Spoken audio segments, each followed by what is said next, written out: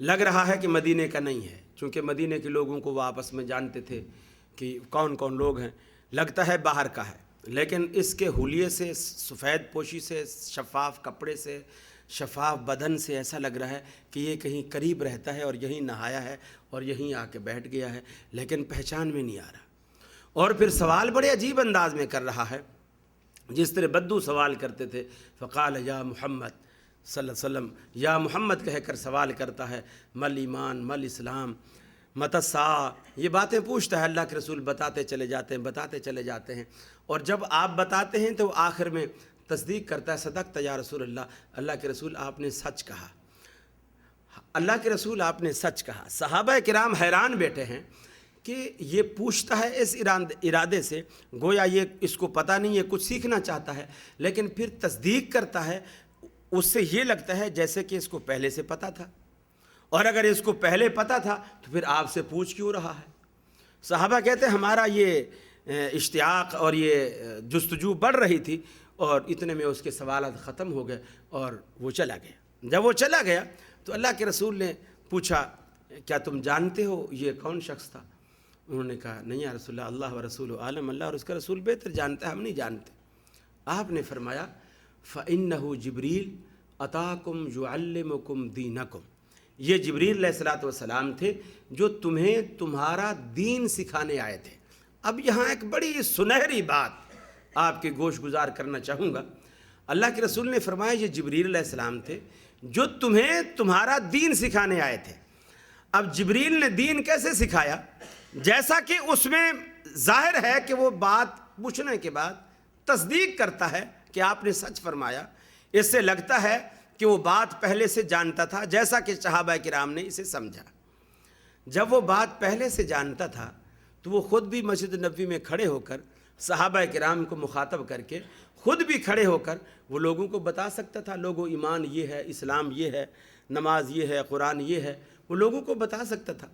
لیکن آپ نے فرمایا یعلمکم دینکم، وہ تمہیں تمہارا دین سکھانے آیا تھا۔ میں کہتا ہوں وہ دین بھی سکھانے آیا تھا، اور دین کا طریقہ بھی سکھا کے گیا کہ دین بھی سیکھنا ہے، اور دین کا طریقہ بھی سکھا کے گیا کہ قیامت تک اگر تم نے دین لینا ہے تو دنیا میں دین لینے والی ایک ہی زبان ہے، اور وہ ہے جناب محمد الرسول اللہ صلی اللہ علیہ وسلم کی زبان مبارک۔ اگر جبریل اللہ کا قاصد، اللہ کا پیغمبر جو تمام انبیاء کے درمیان رسول کا کام کرتا رہا ہے، قاصد کا کام کرتا رہا ہے، وہ جاننے کے باوجود بھی محمد الرسول اللہ کی موجودگی میں لوگوں کو دین بتانے آئے گا، تو اس کو یہ اختیار اللہ نے نہیں دیا کہ مسجد میں کھڑا ہو کر وہ یہ کہے لوگوں اسلام یہ ہے، ایمان یہ ہے، قیامت کی علامتیں، قیامت کی نشانیاں یہ ہیں، بلکہ وہ بھی پابند ہے اس بات کا کہ اللہ کے رسول سے سائل بن کر، سوالی بن کر اس بات کو پوچھے گا،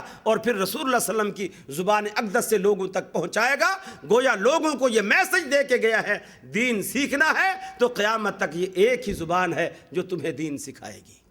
یہی اہل حدیث کا مختصر لب لباب، اہل حدیث کا مسئلہ کی یہی ہے، سارے اختلاف یہی ختم ہو جاتے ہیں۔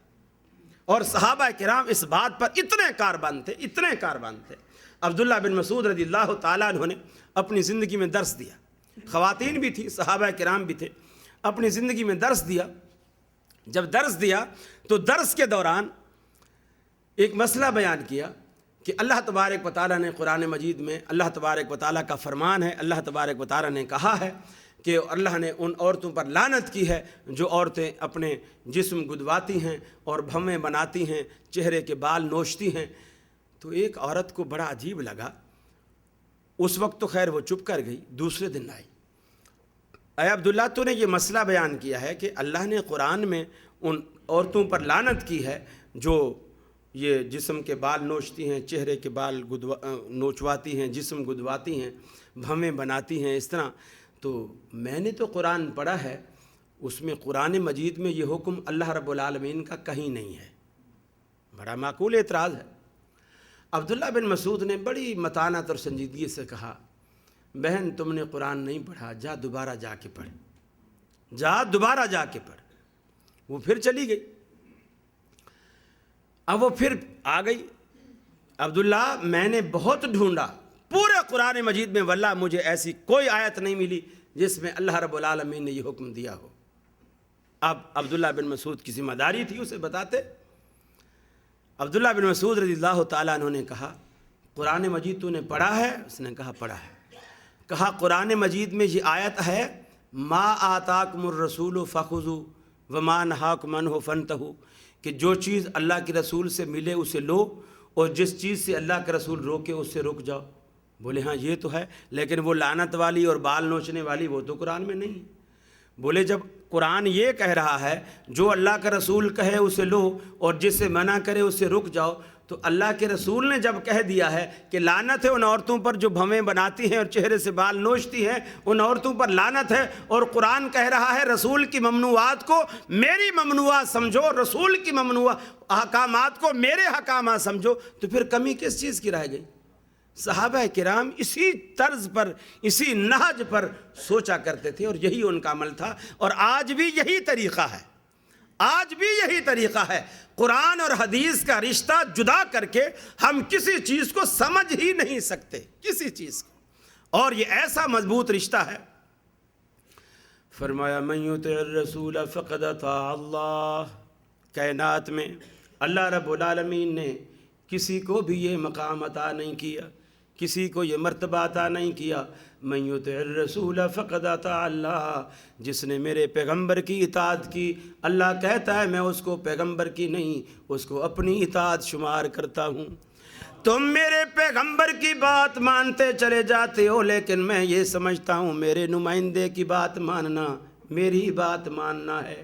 میرے نمائندے کی عزت کرنا میری عزت کرنا ہے، میرے نمائندے کی بات کو اونچا رکھنا میری بات کو اونچا رکھنا ہے۔ فرمایا قل ان کنتم تحبون اللہ فاتبعونی یحببکم اللہ، اے کائنات کے لوگو تم سارے مارے پھرتے ہو، ہماری اللہ سے دوستی بن جائے، اللہ سے رشتہ بن جائے، اللہ سے محبت قائم ہو جائے، اللہ سے محبت کے لیے مارے پھرتے ہو۔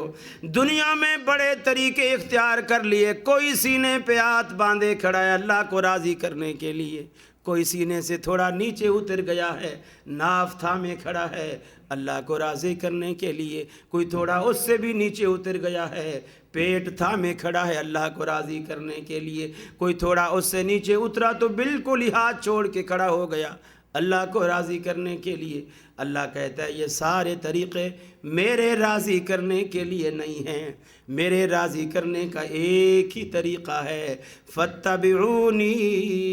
یحببکم اللہ، میرے پیغمبر کا اسوہ تم اپنا لوگے میں تم سے راضی ہو جاؤں گا۔ مجھے دوست بنانے کا بڑا آسان نسخہ، بڑا آسان طریقہ میری محبت اور میری دوستی حاصل کرنے کا، کائنات میں اتنی کوئی چیز آسان نہیں ہوگی جتنا رب کا راضی ہونا اللہ نے آسان بنایا۔ اے میرے بندے اگر تم میرے دروازے پر نہ آؤ، میرا طریقہ اختیار، میرے پیغمبر کا اسوہ، میرے پیغمبر کا طریقہ اختیار نہ کرو تو یہ تمہارا قصور ہے، میرا تو قصور نہیں۔ میں نے تو آدھی رات کو بھی اپنے دروازے بند نہیں کیے، رات کے اندھیرے میں بھی اپنے دروازے بند نہیں کیے۔ تمہیں راتوں کو نیند نہیں آتی، اٹھ کے بیٹھ جاؤ مجھے پکارنا شروع کر دو، تمہارے دل و دماغ میں اللہ رب العالمین کے بارے میں یہ بات ہونی چاہیے۔ اللہ رب العالمین سونے سے پاک ہے، لا تاخذہ سنۃ ولا نوم، اسے نہ اونگ آتی ہے نہ نیند آتی ہے، وہ ہما وقت تمہاری فریادیں، تمہاری پکاریں، تمہاری درخواستیں سننے کے لیے ہما وقت تیار ہے۔ اللہ نے ایک ہی طریقہ رکھا دنیا میں، آج لوگوں نے جتنے بھی طریقے بنا لیے، کوئی کالی مرغیاں کاٹتا ہے، کوئی کالے بکرے کاٹتا ہے اللہ کو راضی کرنے کے لیے، کوئی طواف کرتا ہے مزاروں کے اللہ کو راضی کرنے کے لیے، کوئی دھمال کھیلتا ہے اللہ کو راضی کرنے کے لیے، کوئی بھنگ پیتا ہے، اس کا بھی نظریہ ہے مجھے اس میں بھی علی کی تصویر نظر آتی ہے، وہ یہ کہتا ہے میں بھی اللہ کو راضی کرنے کے لیے ایسا کر رہا ہوں۔ اے کائنات کے لوگوں، ساری دنیا کے مولویوں سے پوچھتے ہو نماز پڑھنے کا صحیح طریقہ کیا ہے، روزہ رکھنے کا صحیح طریقہ کیا ہے، حج کرنے کا صحیح طریقہ کیا ہے، اللہ کو راضی کرنے کا صحیح طریقہ کیا ہے؟ کبھی اس ذات سے بھی تو پوچھو، اے الہ العالمین سارے بندے مجھے الگ الگ مسلک الگ الگ بات بتاتے ہیں، مجھے تو ہی بتا دے تو کس طرح راضی ہوتا ہے۔ اگر آج تک نہیں پوچھا تو کوئی بات نہیں، آج ہی پوچھ لیجئے، آج ہی رب العالمین سے پوچھ لیجئے۔ رب العالمین کہتا ہے ان کنتم تحبون اللہ فاتبعونی یحببکم اللہ، اگر مجھے راضی رکھنا ہے تو میرے راضی رکھنے کے سارے طریقے غلط ہیں، لوگوں کی اختراع ہیں، لوگوں کی ذہنی پیداوار ہیں، میں ان طریقوں سے راضی نہیں ہوتا، میرے راضی رکھنے کا ایک ہی طریقہ ہے فاتبعونی یحببکم اللہ، میرے پیغمبر کا اسوہ تمہارے پیش نظر ہونا چاہیے، میرے پیغمبر کا اسوہ تمہارے سامنے ہونا چاہیے، میرے پیغمبر کے نقش قدم تمہارے سامنے ہونے چاہیے۔ فتبعونی کے معنی یہ ہیں کہ پیغمبر علیہ السلام آگے چلتے چلے جائیں، جب وہ زمین پر قدم اٹھا لیں رکھنے کے بعد، پھر زمین پر جو ان کے قدم کا نشان چھپ جاتا ہے، پیچھے چلنے والا انہی نشانات پر اپنے قدم رکھتا ہوا چلتا چلا آئے، اسے اتباع کہا جاتا ہے۔ فاتبعونی یحببکم اللہ، میرے پیغمبر کا اسوہ اپنا لو، یحببکم اللہ، اللہ تمہیں اپنا محبوب بنا لے گا، تمہیں تمہارا مقصود مل جائے گا۔ ارے ہم تو بڑے مطلبی لوگ ہیں، الہ العالمین دنیا میں ہم دوستیاں کرتے ہیں، دنیا میں رشتے بناتے ہیں، دنیا میں یارانے قائم کرتے ہیں، اس لیے کرتے ہیں تاکہ ہماری مصیبتوں میں ہماری مشکلات میں دوست کام آ جائیں۔ بیٹے کی شادی کرنی ہے دوست کام آ جاتے ہیں، بیٹے کی شادی کرنی ہے دوست کام آ جاتے ہیں، عزیز بیمار ہوتا ہے دوست کام آ جاتے ہیں، کفن میں دفن میں دوست کام آ جاتے ہیں، کبھی قرضے کی پیسے کی ضرورت ہو دوست کام آ جاتے ہیں۔ اے الہ العالمین اگر تجھ سے دوستی ہو جائے تیرے پیغمبر کے اسوے پر عمل کرنے کے بعد، تجھ سے یارانہ قائم ہو جائے تو تیری دوستی کا ہمیں کیا فائدہ ہوگا؟ فرمایا یغفر لکم ذنوبکم، میری دوستی کا یہ فائدہ ہوگا میں تمہاری ساری زندگی کی سیاہکاریاں، ساری زندگی کے گناہ میں تمہیں معاف فرما دوں گا۔ واللہ غفور الرحیم، اور یہ بات اللہ کے لیے بڑی آسان ہے، اس لیے کہ اس کا ایک وصفی نام غفور الرحیم بھی ہے، وہ بخشنے والا۔ تو گویا اللہ تبارک و تعالیٰ کے نبی کا جو اسوہ ہے، اس اسوے کو چھوڑ کر ہم اللہ سے ہی رشتہ نہیں جوڑ سکتے، قرآن سے رشتہ تو بہت دور کی بات ہے، اللہ رب العالمین سے بھی اللہ کی محبت بھی حاصل نہیں ہو سکتی، اور اللہ سے یارانہ بھی قائم نہیں ہو سکتا اگر ہمارا رسول اللہ صلی اللہ علیہ وسلم سے رشتہ جو ہے وہ نہ جڑے، آپ کا نقش قدم آپ کا اسوہ ہمیں نہ ملے، تب تک ہم ایسا نہیں کر سکتے۔ اب یہ مختلف اعتراضات جو میں نے شروع میں اٹھائے، لوگ یہ کہتے ہیں یہ بے بنیاد ہے۔ پہلی بات تو یہ ہے حدیثیں 250 سال بعد لکھی گئیں، یہ بات غلط ہے۔ محدثین 250 سال بعد 200 سال بعد آئے، یہ بات صحیح ہے۔ حدیثیں 250 سال بعد لکھی گئیں، یہ غلط ہے۔ بخاری 250 سال بعد لکھی گئی، آپ کہہ سکتے ہیں حدیث رسول اللہ صلی اللہ علیہ وسلم کی زندگی میں لکھی گئی۔ حضرت ابو ہریرہ رضی اللہ تعالیٰ عنہ کہتے ہیں میں سب سے زیادہ حدیثیں جانتا ہوں سوائے عبداللہ بن عمرو بن العاص رضی اللہ تعالیٰ عنہ کی، وہ مجھ سے زیادہ اس لیے جانتے ہیں کہ وہ لکھنا جانتے ہیں، میں لکھنا نہیں جانتا، وہ ہر بات لکھتے ہیں اور وہ لکھ لیتے ہیں کیونکہ وہ لکھنا جانتے ہیں، پھر میں اپنے ذہن پر تکیہ کرتا ہوں لیکن کچھ باتیں اس میں سے بھول بھی جاتی ہیں۔ میں اللہ تبارک و تعالیٰ کے رسول کی خدمت میں حاضر ہوا، میں نے عرض کی اللہ کے رسول میں بڑی محبت سے آپ کی باتیں سنتا ہوں اور پھر کچھ میں اس میں سے کچھ باتیں بھول بھی جاتا ہوں۔ رسول اللہ صلی اللہ علیہ وسلم نے فرمایا ابو ہریرہ اپنا دامن پھیلا لے۔ ابو ہریرہ نے اپنا دامن پھیلایا، اللہ کے رسول نے 3 چلو بھرے آپ کے دامن میں، ایسے بظاہر کوئی چیز نہیں ہے، آپ نے 3 چلو بھرے اور اس کی جھولی میں ڈالے، فرمایا ابو ہریرہ اسے اپنی طرف سمیٹ لے۔ ابو ہریرہ کہتے ہیں میں نے اس دامن کو اپنے ساتھ ایسے سمیٹا، سینے سے لگایا، فرماتے ہیں وہ دن ہے اور پھر ساری عمر آج کا دن ہے، میں نے کبھی نہیں دیکھا کہ اللہ تبارک و تعالیٰ کے رسول کی زبان مبارک سے میں نے کوئی بات سنی ہو اور میرے حافظے نے پھر اسے بھلا دیا ہو۔ وہ بات ازبر ہو گئی۔ پھر رسول اللہ صلی اللہ علیہ وسلم کی زندگی کے بہت سارے معاملات، بہت سارے پہلو تھے، چونکہ آپ انسان تھے، آپ بشر تھے، اور آپ کبھی ہنستے تھے، کبھی روتے تھے، کبھی خوش ہوتے تھے، کبھی بیمار ہوتے تھے، کبھی غصے میں ہوتے تھے۔ عبداللہ بن عمرو بن العاص جب آپ کی ہر بات لکھتے تھے، صحابہ نے کچھ نے اعتراض کیا، عبداللہ تم یہ رسول اللہ علیہ وسلم کی ہر باتیں لکھتے ہو، اور ہمارے بعد آنے والے جو لوگ جن کے سامنے اللہ کے رسول کا وہ ماحول، وہ موقع نہیں ہوگا، تو وہ اس بات کو جو ہے وہ دین سمجھیں گے۔ آپ کبھی غصے میں کسی کو ڈانٹ رہے ہوتے ہیں، کبھی خوشی میں کسی سے مزاح فرما رہے ہوتے ہیں، کبھی کسی موقع پر، خوشی کے موقع پر کوئی بات کہہ رہے ہوتے ہیں، تو لوگ تو ہر چیز کو دین سمجھیں گے، تو اسے لکھنا چھوڑ دے۔ اب صحابہ کرام کا طرز عمل یہ تھا، اللہ اکبر، صحابہ کرام کا طرز عمل یہ تھا کہ کوئی بھی کسی کا مشورہ، کوئی بھی بات ہوتی، وہ بالکل لکیر کے فقیر بن کر وہ اس پر ایسے نہیں عمل کرتے تھے۔ اچھا بھائی ایسی بات ہے، چلو جی رسول اللہ صلی اللہ علیہ وسلم سے پوچھ لیتے ہیں، آپ سے پوچھ لیتے ہیں۔ دودھ کا دودھ، چونکہ دودھ میں پانی کتنا ڈالا ہے، ان کے پاس میٹر ہی ایک تھا، اور وہ تھا محمد الرسول اللہ صلی اللہ علیہ وسلم۔ دیکھو بخاری کی حدیث ہے، حضرت جابر رضی اللہ تعالیٰ عنہ نے سانپ کے کانٹے پر دم کیا، سانپ نے ڈسا تھا ان کو، اس پر دم کیا، ان لوگوں نے مہمان نوازی نہیں کی، کھانا پینا نہیں کیا، جس کو تعویذ فروش بڑی دلیل بناتے ہیں، دیکھو بھی انہوں نے 40 بکریاں لیں تو ہم کیا 500 روپے کا نوٹ بھی نہیں لے سکتے، جو ایک بکری کی قیمت بھی نہیں ہے، انہوں نے 40 بکریاں لی، ہم تو ایک چھوٹے سے بکری کے بچے کی قیمت لے رہے۔ تو 40 انہوں نے مہمان نوازی نہیں کی، کھانا پینا مانگا، انہوں نے بھگا دیا۔ اب یہ اللہ نے ایسا سبب بنایا، کوئی سانپ بھیجا وہاں سے ہو کسی بندے کو، اور بندہ بھی ایسا جو سیٹ تھا، جو 40 بکریاں دے سکتا تھا، اس کو کاٹا، غریب کو بھی نہیں کاٹا کہ وہ بیچارہ کیا دے گا، اب اللہ نے تو ان کو روٹی کھلانی تھی۔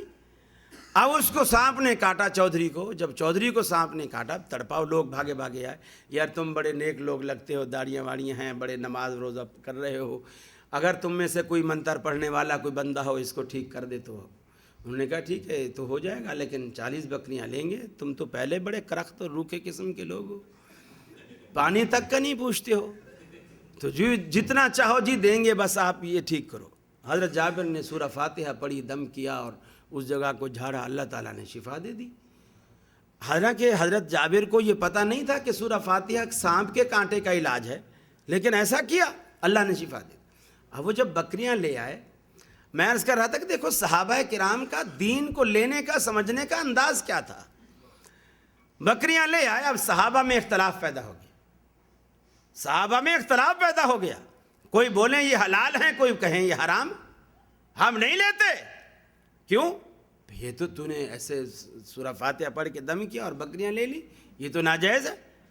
اب حل کیا ہے؟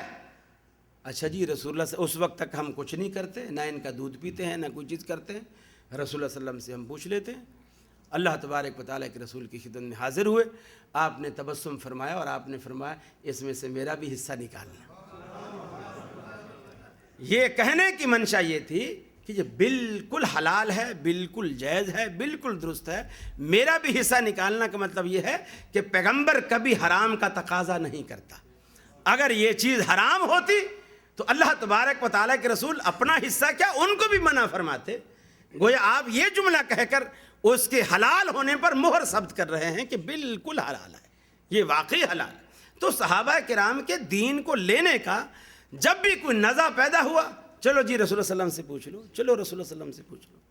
حضرت عبداللہ بن مسعود رضی اللہ تعالیٰ عنہ مسجد میں بیٹھے ہیں، جمعے کا دن ہے، ابی بن کعب بھی ان کے برابر میں بیٹھے، اللہ کے رسول خطبہ دے رہے ہیں اور مسجد میں بیٹھے بیٹھے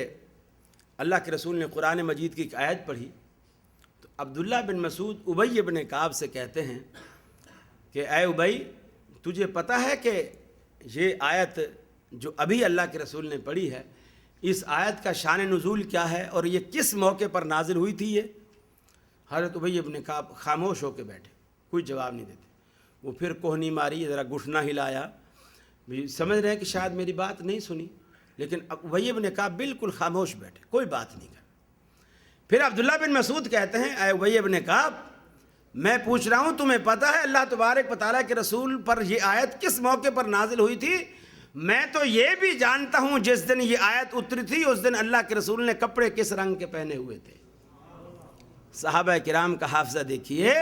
مجھے تو یہ بھی معلوم ہے کہ جس دن یہ آیت اتری تھی اس دن اللہ کے رسول نے کپڑے کس رنگ کے پہنے ہوئے تھے۔ ابی بن کعب پھر بھی چپ ہے۔ جب جمعہ ہو گیا، جمعہ ختم ہو گیا، عبداللہ بن مسعود بھی جمعہ پڑھ کر مسجد سے باہر نکلنے لگے۔ جلدی سے ابی بن کعب بھی گئے اور عبداللہ بن مسعود کا ہاتھ پکڑ لیا، بازو پکڑا، اور عبداللہ بن مسعود سے ابی بن کعب نے کہا لم تحضر معنا الجمعۃ، اے عبداللہ تو آج ہمارے ساتھ جمعے کے اندر شریک نہیں تھا۔ عبداللہ بن مسعود نے کہا عجیب بات ہے، وہ یاد کر میں تجھے کوہنی ماری تھی، گھٹنا ہلایا تھا، میں تمہیں کہہ رہا تھا کہ اللہ کے رسول پر یہ آیت کب نازل ہوئی تھی، میں نے یہ بات نہیں کی تھی، تیرے ساتھ ہی تو بیٹھا تھا۔ اس نے کہا اسی لیے تو میں کہہ رہا ہوں کہ تو نے آج ہمارے ساتھ جمعہ نہیں پڑھا۔ اس نے کہا کیا بات ہے؟ کہا اللہ تبارک و تعالیٰ کے رسول کا فرمان ہے، آپ نے فرمایا جب خطیب منبر پہ بیٹھ جائے اس وقت کوئی بندہ کسی دوسرے سے بات کرے سوائے خطیب کے، خطیب سے مخاطب ہو سکتا ہے، اس وقت کوئی بندہ کسی پبلک میں سے، مجمع میں سے، آپس میں کسی سے بات کرے